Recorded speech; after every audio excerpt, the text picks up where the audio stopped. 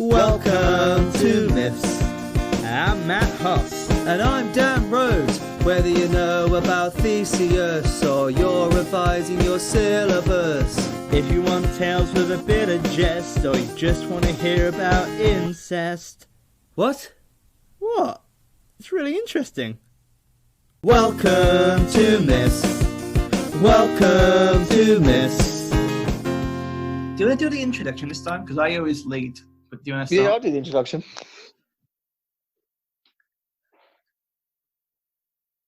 Oh, you want me to start it now?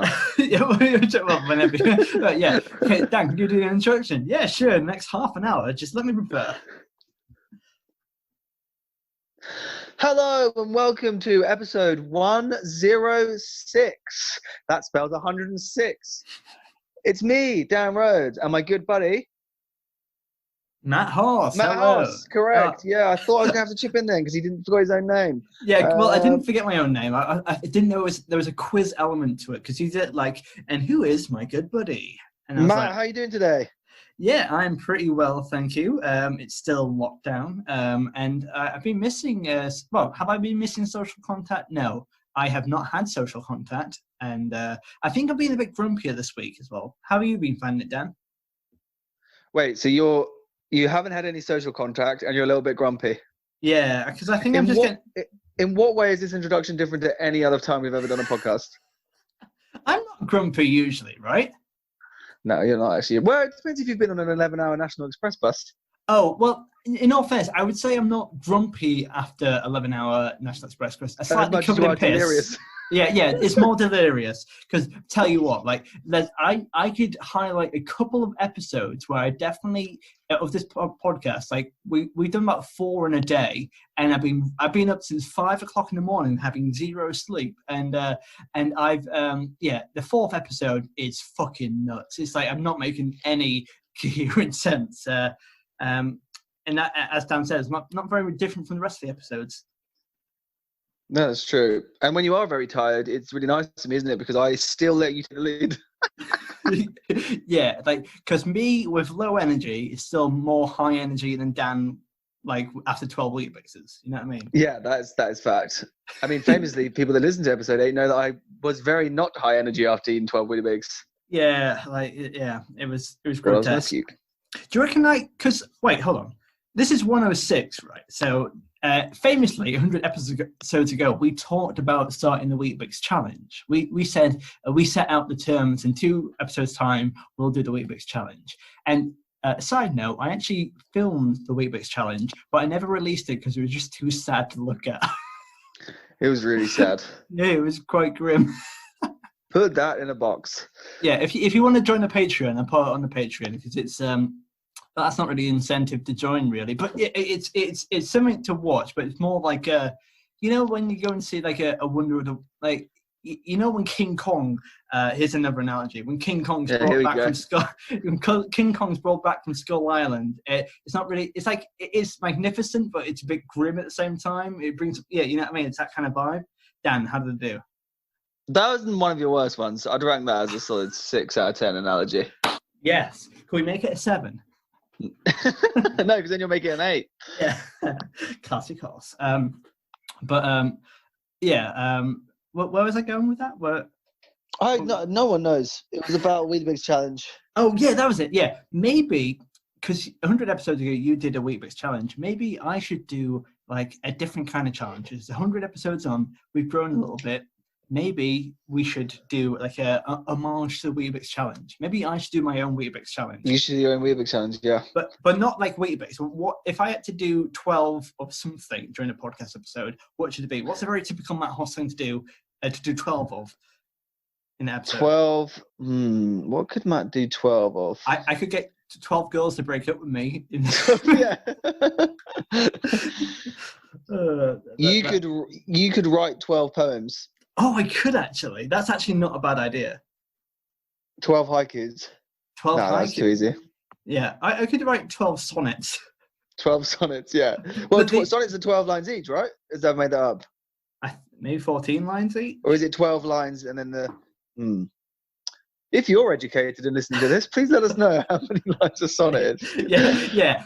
Tweet at us how many lines a sonnet is. Just don't, with no other context. Just that, please. Just put 14 or 12 or 7. I think it's 14. I'm pretty sure. I think it's 14 as well. Actually, when you said it, I was like, yeah, you're right. It's 14. Hey, I was close though with 12. At least I knew it was somewhere around that. That doesn't sound like a good defense, because if you're like, well, you know, yeah, I thought it was 14, but if it's 12, it's fine. No, I'm not sure if that analogy worked. But Dan, how's things for you? Are you doing okay? Yeah, I'm doing okay actually, Matt. Thank you so much for asking. Okay, that's the end of that conversation. Should we get on with the myth, Dan? Well, nothing's really happened, has it? Yeah, well, Being a good boy. Before keeping my social distance. Yeah, okay. Have you seen anyone being not socially distancing? Because I've seen a lot in the last week. I've seen a few, not that much in the last few weeks actually. When it first started, people definitely were really bad here in London, but I feel like it's definitely getting better. Well, I actually think, because I live in a village, Dan lives in a city, I think, well, also where you live is very family orientated, but it's the same for me. But I live in a village, and people at the start were very isolating, stuff like that. But then now they're kind of a bit fucked off, so they're just doing what they want. And there's so many people just do it like on bikes all day. You know what I mean? Like there's 2 people literally going past my window now.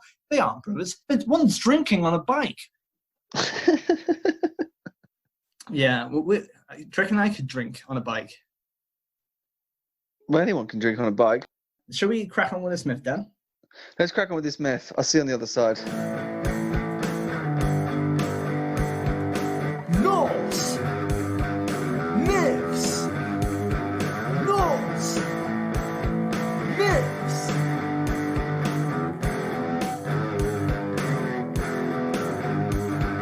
Knowles! Myths! Knowles! Myths! Okay, Matt, how did you find that myth? You enjoy it? Right, I think you went a bit too far, Dan, because we haven't actually done the myth yet. I went too far. Yeah, sorry. You've messed with the time-space continuum, or the myth-space continuum. Shit, sorry. You're gonna have to go back, unfortunately. I did that. I was in my time machine and I tried to skip it because I wanted to save time, Wait, but did you skipped it too far. Do you usually skip these podcasts? No. It's funny, isn't it? It's funny, isn't it? The idea that I would have a time machine and not once have used it to actually go back to ancient Greece to understand anything I'm actually talking about. yeah. Just you going. What's a hippolata? What's one of these? So Dan, well, have you go back in time? I'll see you there. Okay, see you there. Hello and welcome to episode 106. Oh man, I went too far again. Yeah, Dan, this is Matt from the first segment. You've gone too far. You have to go back to the future. Sorry, I'm either. Yeah, cool. Dan, where the hell you been? Like, Dan, where you been, man? Like, I've been here for the last 8 hours. I did a myth with you. No. Like, I've been waiting here after the jingle. So you have to decide, and you weren't here. I just did episode 109. That's what we're doing now, right? I did the wrong episode. I went several days in the future to too many episodes. Just to let you know, how was how was 108? Was that a fun poem episode? Yeah, it was weird. He wrote 12 poems, and a guy emailed in, and the email just said 14, and I was confused. I think you should go back to the normal point now. You're out of time. You're out of sync, Dan. I'm out of sync. Okay, I'll see you at the beginning of 106. Sorry, my bad. No, not at the beginning of 106. In the middle of 106. Oh, after the jingle. Yeah. Okay, I'm in. See you there. Hey, buddy, you looking forward to this myth? Yes, this is episode 36. No, yeah. Yeah, I'm looking forward to it. That bit went on. That was enjoyable. I enjoyed that, Dan. Thank you. I mean, none of that's going to stay in. Oh, all of it's staying in. All warts and all. But yeah, Dan, we are doing a 4-part series here on Norse mythology. In the first part, we had Otter's Gold, which is a euphemism for... Gold. Yes, sorry, I meant to say Oz ransom. Oz ransom is gold. Oh man, this is why, you know what? I'm so nervous when lockdown finishes because I'm gonna have to talk to people, and I haven't. You know what I mean? Never mind. We had two brothers, Reagan and Fafnir. Fafnir killed his dad after a curse was put on him. And he took the gold and became a dragon. Yep, as you do. And then, so then Reagan runs off. He gets a little apprentice called Sigurd. Sigurd, yep. That was genuine that time. Sigurd is trained up. He kills Fafnir. He bumps into Brynhild, who's a Valkyrie. What's a Valkyrie? She is. Valkyries are the angel women that come down from Asgard and take fallen Viking warriors to Valhalla to live out the remainder of their glorious years before Ragnarok. And that's well put, Dan. And Sigurd stayed with Juki, and he got married to Gunnar, which is the daughter of Juki. And then Sigurd went up the mountain for Gunnar because wait, hold on, I messed this one up. No, it's there were a good a lot one. of names. There are a lot of names. So there's a lot of different names going on, and which So Sigurd married Gudrun, but then Gudrun's brother called Gunnar fell in love with Brynhild, and Sigurd helped Gunnar get into her cave of fire. And through deception, was able to get Gunnar to fall in love with Brynhild. Brynhild fall in love with Gunnar. It was very confusing, but so he's helping his brother-in-law fall in love with a Valkyrie. Yeah, kind of against her will, but she's kind of into it now. Well, he went through the fire, and it was cool. Yeah. So that's kind of where we were. This is the Dragon's Breath trilogy, the Ice Shadow trilogy, something like that, and something like that. And so there's two more, but this is kind of like part one of two. So the first two is like Hunger Games, then it was Catching Fire. This is the last one, part one, part two. Is that wasn't very good. But anyway, would you like to start, Dan? Are you okay? No. No. Well, it's fascinating listening to you do that. I was very tense there. Because I'll be honest, I can't really remember what happened, and I had to riff a lot. I was looking through that Google Doc, and I was stressing. Catching like a Mockingjay, Catching Fire, and then the third one. Oh, Mockingjay! That's what it's called, Mockingjay. That's what you. Why did you say that? Help me out, bro. Oh, it's just funny watching you crumble. No, it's not. Can I start? Yeah. Okay, for the love of God, please start. I love how we said this was going to be a short one. Lol. Yeah. We'll be quick. We'll be snappy. Yeah. One day, Brynhild and Gudrun went down to the river to wash their hair, lads. Brynhild walked a little further up the mountain along the river and said, I don't want the dirty water that has already touched your hair because my husband is a lot braver than yours, so I deserve better. Oh, Brynhild's a straight up brat. She's like Mean Girls. Yeah, I think that's what this whole vibe at the start, very Mean Girls. Then Gudrun followed her and said, "'Tis my privilege to wash my hair higher up the river because I am married to the bravest man in the world. He was my husband that killed both Fafnir and Reagan and claimed all their treasures." Brynhild replied and said, "It was a much greater feat when Gunnar rode through the wavering flame, while Sigurd would not dare." Gudrun looked at her and began to laugh. That's a laugh. Do you really think that it was Gunnar who rode through the wavering flame? Spoiler alert, we know it wasn't, don't we, Matt? Yeah, because it was Sigurd disguised as her now husband. And also, they had Granny, the horse, who they disguised as well. It was a bit because Granny would only be ridden by someone. I don't English. Yes. Basically, there was only one horse that could go through the flames, and that horse could only be ridden by Sigurd. So he was like, well, I'm going to have to ride the horse for you and pretend to be you. But no one He was told... being a massive wingman, to be fair. Yes, that's a great way of putting it, actually. But Brynhild, no one told Brynhild of this. So she fell in love with an imposter who's disguised as the man she's currently married to. And no one bothered to tell her until right now. Yeah, no one, she hasn't realised until... Brynhild looked shocked. She tried to understand, but Gudrun continued. The one who came into your bed gave you the golden ring called Andvaranord as a morning gift. The ring was won at Gnita Heath, and I do not think it was Gunnar that slew the dragon Fafnir. Okay, and so the ring is the one that multiplies different gold, which we saw in Otter's Ransom. So she's basically like, well, think about it. He gave you a ring that we know was in the possession of a dragon, and we know who killed the dragon. It was Sigurd. So how do you think he got the ring? Yeah. Spoiler alert, it must have been him. Brynhild then grew silent and returned home to Gunnar. She tried to convince Gunnar and his brother Hogi to kill Sigurd, but they were blood brothers with Sigurd, so they would not touch a hair on his head. I absolutely love that, because it's very much like... So Gunnar was very much like, she won that kind of argument, and Brynhild was like, oh, I'm pretty sad.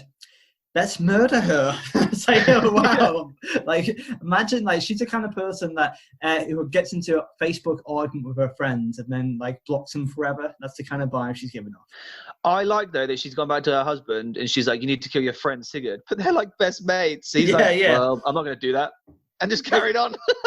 And also, Sigurd killed the dragon, and Gunnar, he needed his help to marry her in the first place. It's very complicated waters. Also, do you think, as Brynhild, it sounds like she's a bit of a brat? Do you think she was like, this sort of thing happens a lot, like false? She'll just be like, oh, you need to kill your friend Sigurd. I hate him. And he was like, sure, yeah, no worries. She'll be better tomorrow. She'll think differently. Like this, she makes up this. She says this sort of thing a lot, Hoagie. Don't worry. Usually about once a month. Am I right, lads?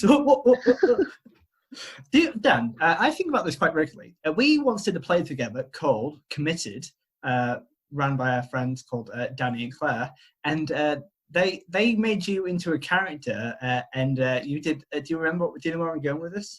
I completely forgot this was even a thing. You just mentioned it. I do remember that now. I was married to. I was dating wasn't as our. You were in a scene with Amy Hendry. I had to pretend to be like. You were her idiot boyfriend. Yeah, her idiot boyfriend, and she kept like the sketch was her coming in and asking me if she what she was wearing looked nice because she was going out on a girls' night out, and I was too busy playing FIFA and I wasn't really looking. But whilst it was, and it was hilarious. And she was getting aggravated, and she was like, and for completely like reasonable things as well. And she's like, and then your character goes, "Oh, it's okay. Like I understand why you get a bit moody." And she's like, "What were you talking about?" I was like, do you want me to get you a hot water bottle? That's a good line.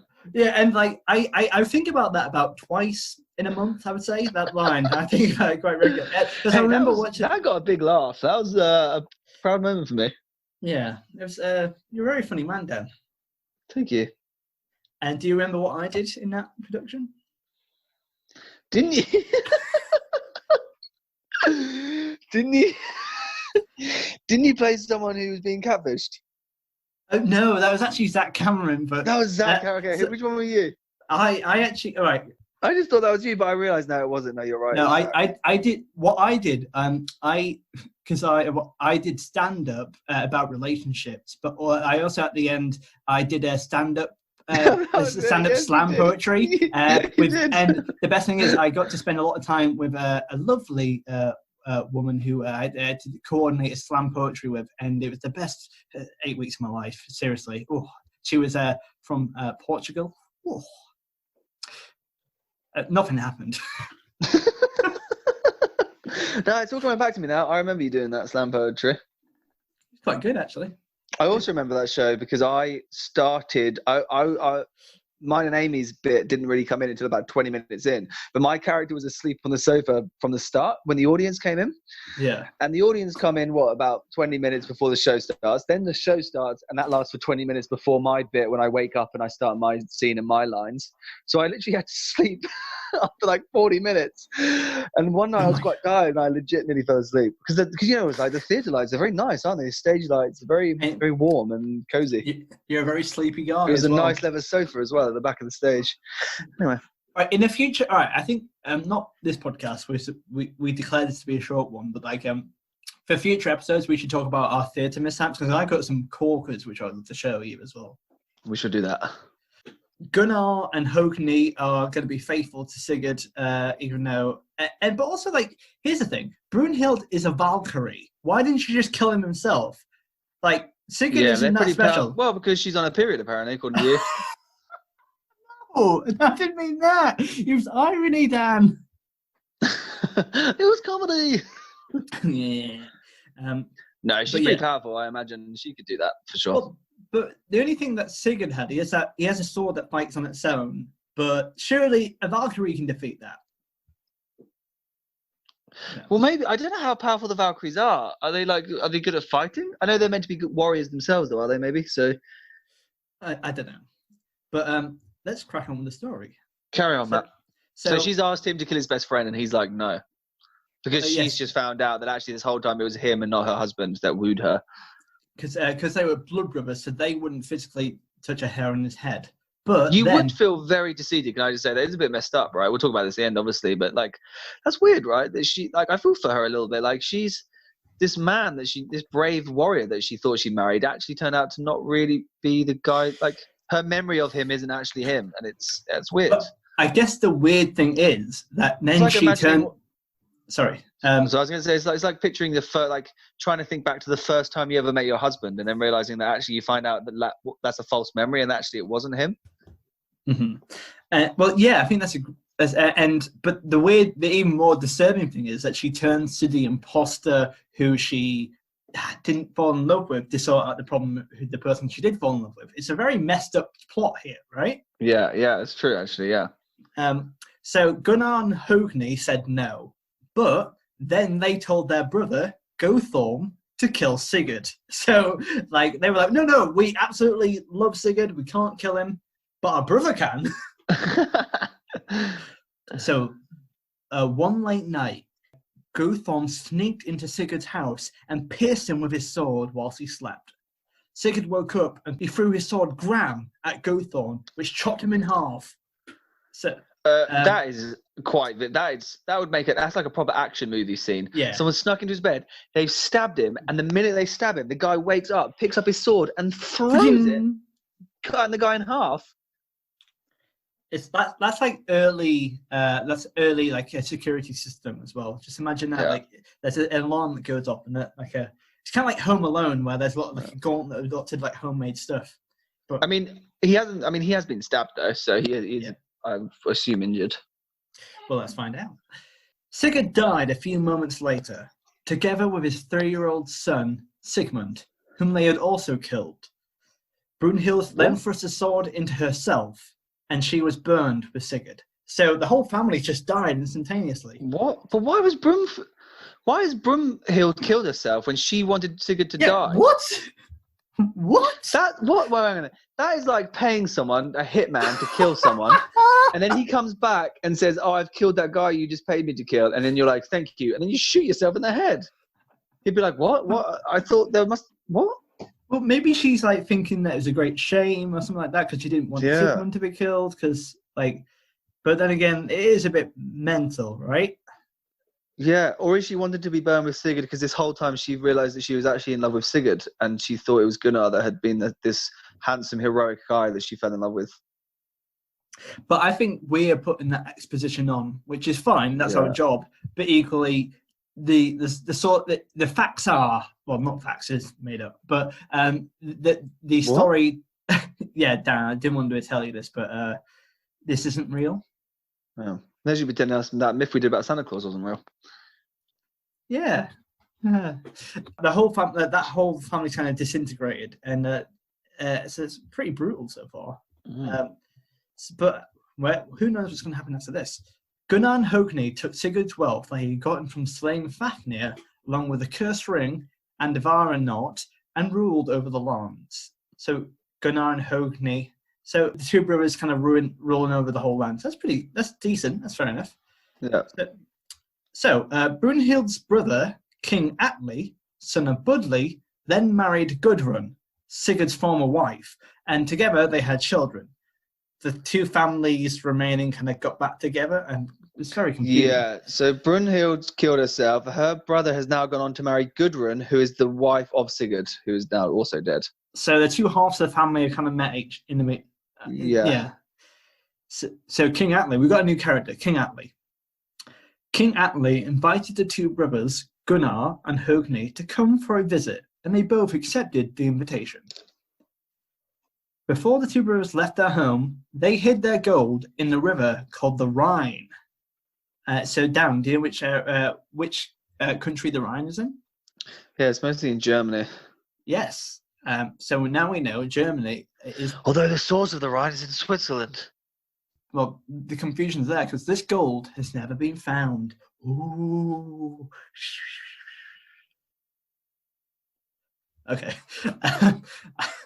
I thought there was going to be more of a reaction to that. Why would I have reacted to that? Because I suppose it's quite spooky. This gold has never been found. Well, that's spooky. Matt, why would this... I mean, this is like the most normal thing that's ever happened in any of the things we've ever done. Well, no, because they hid their gold and they... they've hid their gold, meaning that they were to come back to it, meaning that something must have happened.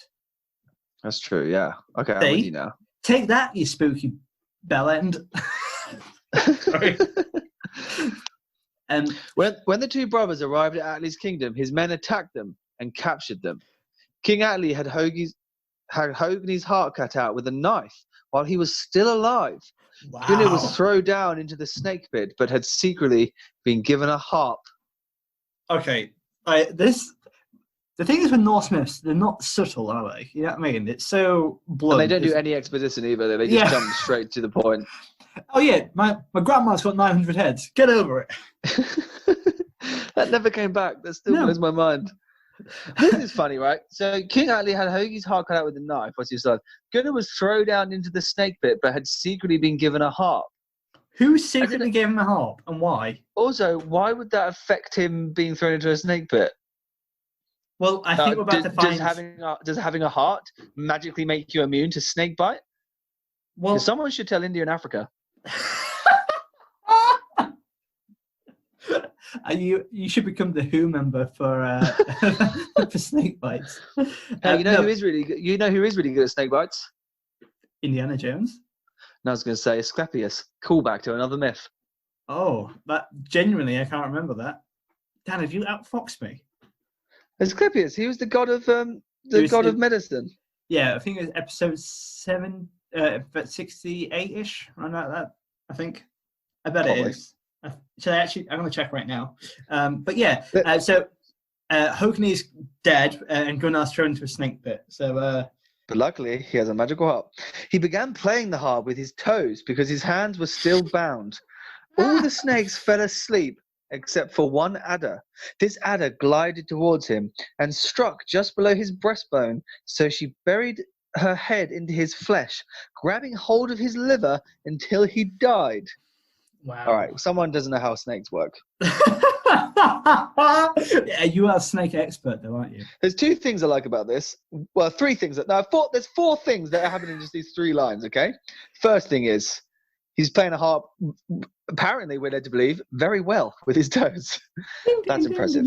Imagine, like, you got, for your wedding, you booked a harpist. It's really romantic. And they just go start playing with their feet. He starts taking off his shoes, yeah, and you're like, No, thanks, mate. Secondly, we now know that harp music famously makes snakes fall asleep. Well, I'm not sure if that's true, but fair enough. It's fact. It's obviously in this. Except one adder. Then we know that... then three things happen. So the other one is that it's bit him and then buried her head into his flesh. I'm pretty sure snakes cannot chew through breastbone. Well... that's not the weirdest thing to happen in this myth. And then also she crawled through the breastbone and bit, grabbing hold of his liver until he died. So he just bit the liver, didn't rip out the liver, just bit the liver. This is obviously a cousin of Brian the Eagle. Oh my God! Yes, that's very Prometheus vibes. Yes. Yeah, Maybe- Prometheus vibes, right? The eagle that came down and took his liver every day. Yeah. So this adder is like a distant. So that's what we should give this adder a name. So Alice Adder. Alice Adder, nice, and Brian the Eagle, very nice. And She we was like, also "This have... is for my cousin." Oh, yeah, I love that's a great voice. So yeah, this is pretty brutal myth. Right? Also, I think a snake biting you directly on your liver would actually probably kill you. Yeah, I think that's what happened. I don't think that would be very pleasant. No, but neither would having a heart cut out with a rusty knife. In all fairness. No, that's true. That's true. Hey, Dan, right? No, this is digression. So, but here's a fun fact. Did you know that Mary Shelley, writer of Frankenstein, when her husband died, they put him on a fire, and when he burnt up, his heart survived. It's the only thing that didn't burn. Percy Shelley. So she wrapped his heart in silk and put it in a glass in her drawer for the rest of her life. I have heard that before, actually. Weird. Yeah, that's what I do with all my former lovers. I watched you. It's good. Gunnar and Hogni are called Niflungs and Kjugunguns, and for this reason... Do you want to try that again? Jugungdung. Gunnar and Hogni are called Niflungs and Chikungs. Gigchunkans. Dan, you should take that time machine. How would you say that? No, I think you're right. It's just funny the way you said it. It was like you sound like a slot machine.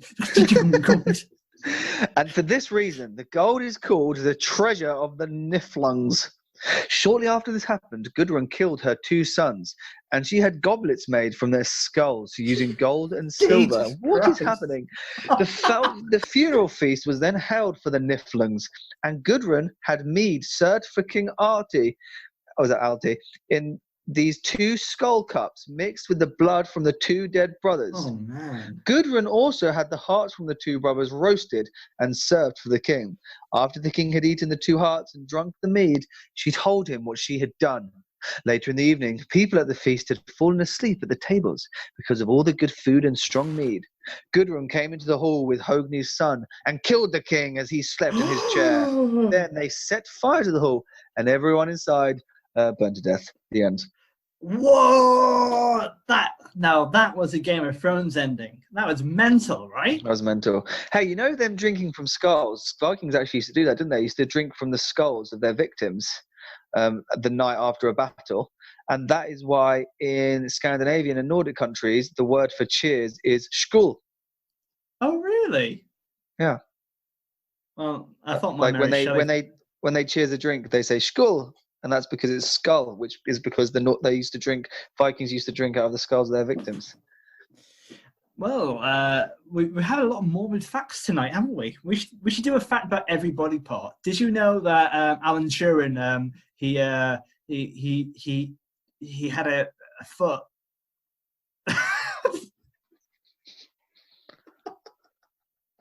Oh man, that is hitting the courtroom floor so fast. Please put that at the end as a blooper. The worst thing is, I know for a fact there's about 8 things I've said today which are suitable for the blooper bit at the end. Yeah, we definitely got to put them as a blooper. Matt, did you enjoy that myth? Yeah, it was. I really did, and this is a myth I knew nothing about, and the whole Gudrun and Sigurd and this saga I've known nothing about, and it's really paid its dividends. I think it's really fascinating and just off the wall crazy, right? Yeah, exactly. Let's rank this motherfucker.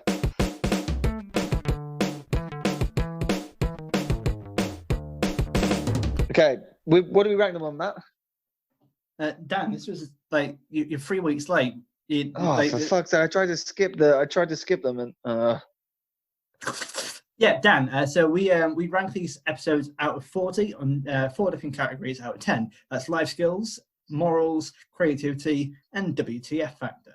And let's start with life skills. And these are the practical things that we learned. And we learned a lot of practical things in this. We did learn a lot of practical things. Let's start from the top and work our way down. So we learned how to wash our hair. Yes. We learned how to be kind of smug and how to start how beef to with your friend. Yeah, gossip, that's the word. Yeah. We learned how to negotiate and delegate tasks as well. Yeah, not just gossip, but also throw shade. You know, when you just like make a backhanded comment, and you're like, "Oh, that's gonna stick with them." Oh, she's gonna be thinking about that on the walk home. Is that the first time you ever said throw shade? Because that's quite a trendy reference for you. That's cool. That is. It's actually the second time I've ever said it. Oh, what was the first time? The time I beat that guy up in an alleyway. Is it because you had a lampshade and you threw it at him? Yeah. I said, "Hey, watch out! I'm about to throw some shade." He said, "What?" As I picked up this 6-foot lamp and just. I don't know what he was doing in the alleyway, by the way. It's a real coincidence. Dan, I get a feeling that this whole episode is going to be after the blooper. Yeah, so we learned how to delegate tasks. We learned how to get vengeance on someone, how to disguise yourself. Yeah, we did. We learned how to like a documentary. We learned the truth. Like we learned how to uncover the truth by asking the hard questions. We learned how to kill someone in their sleep and their family, and how to kill yourself. We learned how to steal gold, how to bury your gold. We learned don't trust a king with a rusty knife, and also we learned how to play the harp. I'm not gonna lie to you, Matt. Up until about 5 seconds ago, my internet cut out, and I missed everything you just said. But it's fine. I'm gonna take your word for it. I'm sure you said some great things about harping and knife and stabbings, probably. Yeah, to be honest, I was getting the vibe that you weren't paying attention. But there's quite a lot of stuff in here. We learned how to bury gold. We learned how to set fire. We learned how to murder a king, regicide, how to poison, how to cut skulls. There's a lot going on here. Lots of arts and craft and also practical skills. Yeah, definitely a solid 4. I hate you so much. Nah, this is high. This is real high. I'm thinking 9, maybe 10. I'm thinking 9 or 10. Yeah. Should we go for 10? Because I think Go on. Yes, mate. All right, morals. I think there's some interesting stuff here. Don't throw shade because it could have bad repercussions. Yep. Don't lie to your partner. Yeah, don't lie to your partner. Don't murder people in their sleep because you will get chopped in half. Also, you will get cleaved into.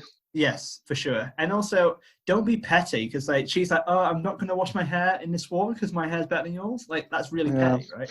But also, going back to last episode, it's kind of coming on from last episode. The moral is don't deceive people because it ruins lives. Like she was genuinely, I mean, bless her. She's been the man that she thought she knew wasn't the man she knew. The man her husband is not the guy that she thought she married. Yeah, and that's absolutely bang on as well. And this leads to bad, like cursed repercussions as well. And also like the fact that Gunnar and Hogni wouldn't kill Sigurd, but they're happy to let someone else kill it. Yeah, it's weird. Yeah. Also, that's also for WTF as well. But like the fact that Brynhild kills herself, I'm not sure there's some kind of moral conflict there, perhaps. This always makes. Do you know what this thing? Here's my analogy. Are you ready for this? I bet it's going to be terrible. No, it's going to be great. Godfather Part 2. Oh, hello. Al Pacino playing Michael Corleone. He goes to speak to his brother Fredo Corleone, and he talks to Fredo, and he's not happy. He's going to have him killed. And after he leaves the room, we see a scene where he turns to some hitman, henchman, whatever, and he says, "Don't kill him whilst my mother's still alive." And then he walks off. Whoa. And it's like, oh, because it's weird, right? Because he's going to kill his own brother, but he's got the moral. Yeah, enough to know to not kill him, not have his brother killed whilst his mum is still alive, because it will break his mum's heart to know that her son's just been murdered, and he doesn't want that to happen. But it's once his mum dies, he don't care what happens to his brother. And I feel like that's kind of like this. It's that weird, like people. I don't know. I try to have an analogy. Yeah, it's good. And I think that's a great point. There's like a love. There was love, respect, and like. There's respect in even crime. Do you know what I mean? Like, yeah, I think that's fair. We also, I think we also learned that Atlee is a bit of a piece of shit. He kind of takes people alive and kills them, and but there's repercussions of that as well. I think it's decent, but not loads. Yeah, I think it's probably like a 6 or 7. Yeah, 6. Yeah, There we go. Nice. Maybe 7. Oh, see, if I hadn't said 7, you 6. Go for 6. 6. Creativity. Ooh, I think there's a lot going on here. There's I don't know. There's no monsters. There's a lot of death. Lots of death. Lots of. There's a narrative at least. Like there's a family tree. Yes, and also we have to give credit to the fact that this is still a saga, and we're still seeing that with the gold ring and Varanort, that is still cursed, and it's still affecting all these people. You know what I mean? Whoever has all it, basically, you're cursed. Yeah, this is all linked to that. Is that the ring or the grudge? You know what I mean? And I think the fact that Sigmund's killed by Gothorm and his son dies, and we get to see the sword in action. We get to see Atli. Also, the fact that Brynhild's married Gudrun, and that's weird, but not. But a lot of it's weird. Isn't necessarily creative. We have to distinguish between WTF and creativity.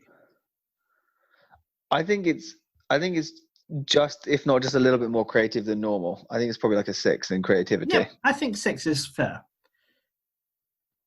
Because you're right, creativity is more about the story, the characters, the narrative, right? How it all ties in. But it is clever the fact that, yeah, you are correct. But it is clever how the families merge and it's quite tight, if you know what I mean. Like there's a lot of different plot lines, if you know what I mean. House of Pelops vibes. Yes, mate, Pelops. Yeah. Okay, 6 I'm happy with. And WTF finally for 102. For 106.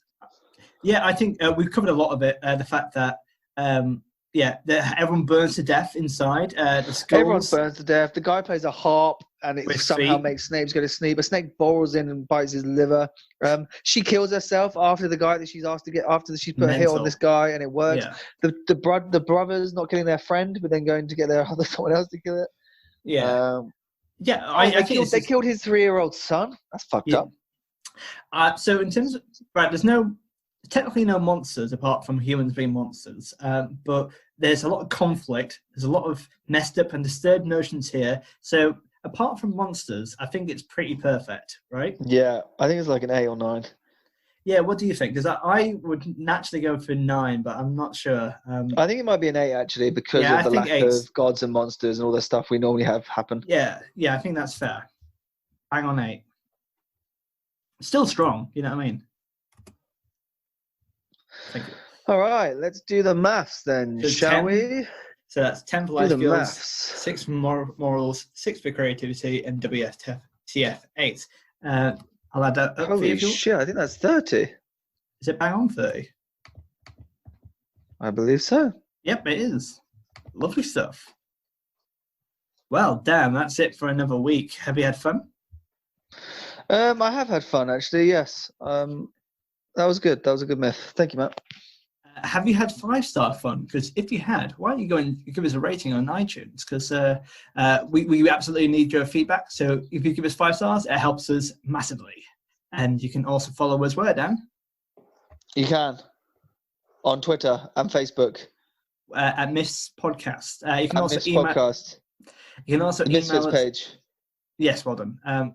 You can also email us at misspodcast@gmail.com. Please get in touch for any queries. Tell us how many lines is in a sonnet. That'll be handy. And also, if you want me to do any challenges for 108, get in touch. All right. Well, that was fun. I guess I'll see you next time. Let's hop in the time machine. Let's head somewhere else, Dan.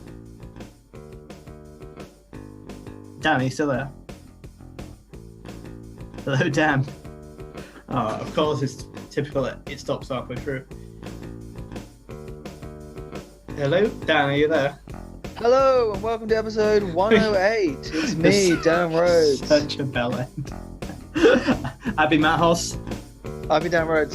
And we've been MIFF. Take care. Goodbye, everyone. Bye. Nah, my internet cut out. Yeah, I thought it did, but I was also like, is he doing this as a bit? I'm not sure.